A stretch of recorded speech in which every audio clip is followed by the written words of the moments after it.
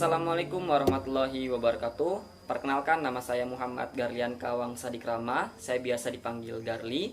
Saya merupakan mahasiswa di Magister Teknologi Pendidikan Universitas Muhammadiyah Jakarta dengan nomor induk mahasiswa 2019860050. Video ini dibuat untuk memenuhi tugas dari mata kuliah orientasi baru dalam belajar yang diampu oleh Dr. Zulfitri, MPD. Pada kesempatan ini saya akan membahas mengenai social loving.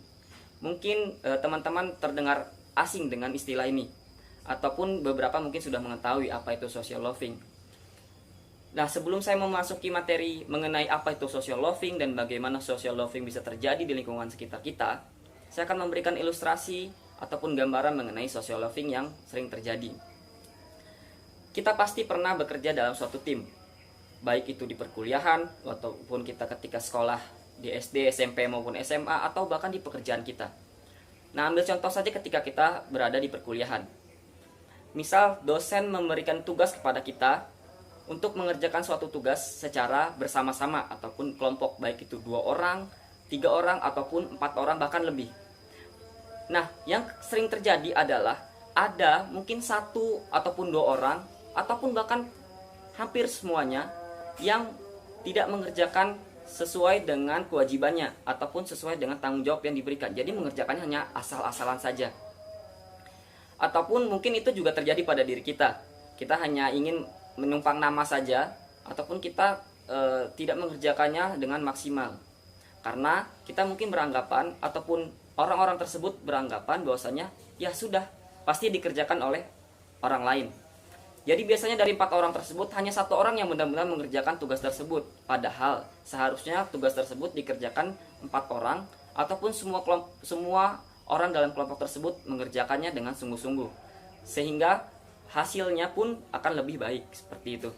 Nah, hal ini yang berkaitan dengan social loving atau secara bahasa dapat diartikan kemalasan sosial. Untuk lebih lanjutnya, saya akan membahas mengenai social loving pada video berikut ini. Simak pembahasannya.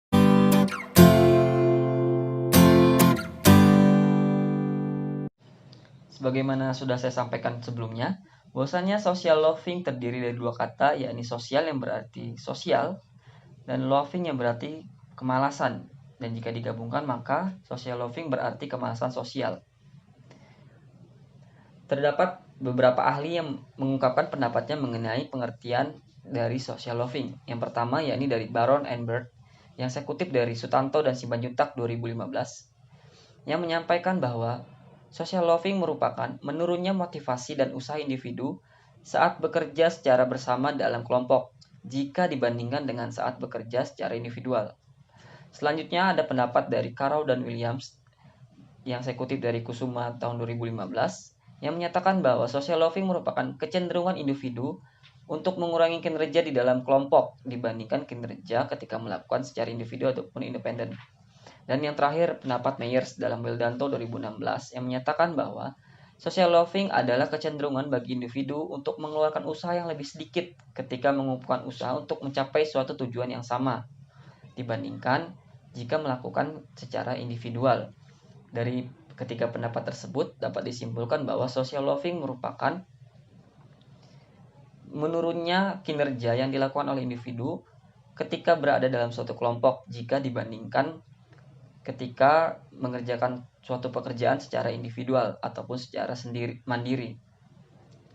Lalu apa-apa saja yang mempengaruhi social loving? Ya, ini ada 3. Yang pertama, penghindaran tanggung jawab. Yang kedua, besar kecilnya kuota dalam suatu kelompok. Dan yang terakhir, evaluasi teman sebaya. Berdasarkan hal tersebut, saya dan beberapa teman saya melakukan penelitian mengenai social loving, yakni lebih tepatnya mengenai pengaruh group size terhadap social loving.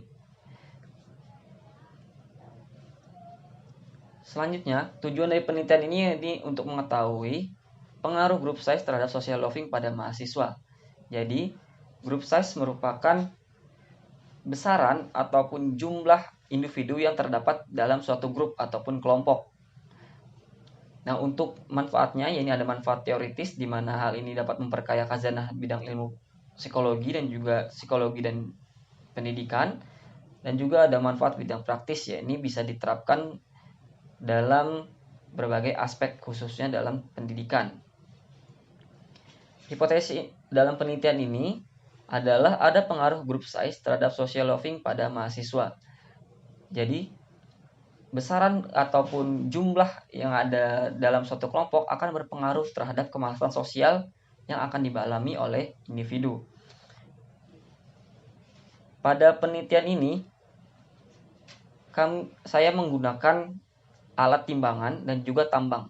Di mana timbangan ini saya menggunakan timbangan analog untuk mengetahui kinerja yang dilakukan oleh individu. Jadi nanti subjek akan menarik sekuat tenaga tambang yang sudah diikatkan dalam timbangan.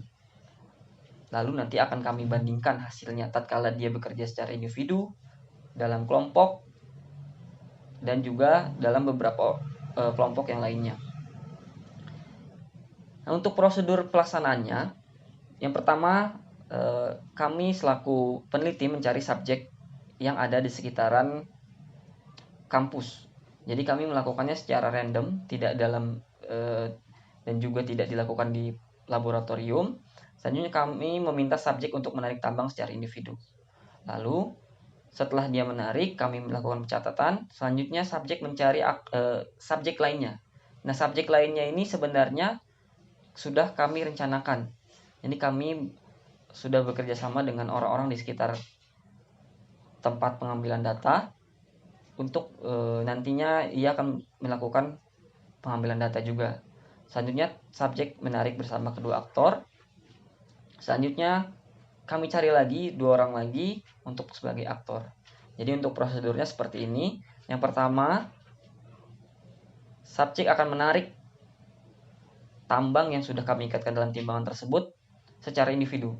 Jadi kami ingin melihat sejauh mana kekuatannya tatkala ia menarik secara individu. Yang kedua, dia menarik tapi disertai dengan 2 aktor. Dan aktor ini pun sebenarnya tidak menarik, hanya memegang tambangnya saja karena ini sudah kami lakukan briefing. Selanjutnya di sesi ketiga, ia menarik tambang dengan 4 orang aktor.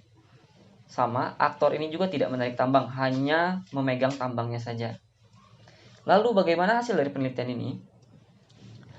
Hasilnya seperti ini. Dan kami juga melakukan pengukuran persepsi di mana subjek ditanya setelah ia melakukan penarikan tambang tersebut, apakah ia merasa bahwa 2 ataupun 4 orang tersebut merupakan aktor. Dan jawabannya 6 dari 8 orang mengatakan tidak, mereka tidak menyadari, dan 2 mengatakan iya. Lalu hasil dari penarikan tambang tersebut secara deskriptif statistik mengalami penurunan. Jadi skor kekuatan ataupun kinerja yang dilakukan oleh masing-masing individu ratanya mengalami penurunan. Jadi ia ketika ia bekerja sendiri lebih maksimal. Selanjutnya ketika ada orang lain ia makin menurunkan kekuatannya. Dan yang ditambah lagi dengan 2 aktor tambahan menjadi 4 orang. Jadi dalam satu kelompok ada 5 orang, itu lebih turun lagi.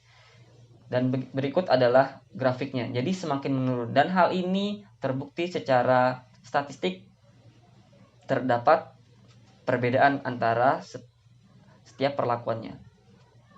Jadi hipotesis kami terbukti, di mana ada pengaruh group size ataupun jumlah besaran individu dalam suatu kelompok terhadap social loving ataupun kemalasan sosial, di mana semakin besar group size, semakin besar orang-orang atau individu yang dalam suatu kelompok, maka akan semakin tinggi pula social loving yang ada di sana. Hal ini sesuai dengan penelitian Kusumawardhani 2007 yang menyatakan bahwa social loving atau berkurangnya usaha individu dalam kelompok untuk mencapai tujuan kelompok menjadi suatu hal yang diakibatkan karena group size. Jadi group size ini memiliki peranan penting dalam terjadinya social loving.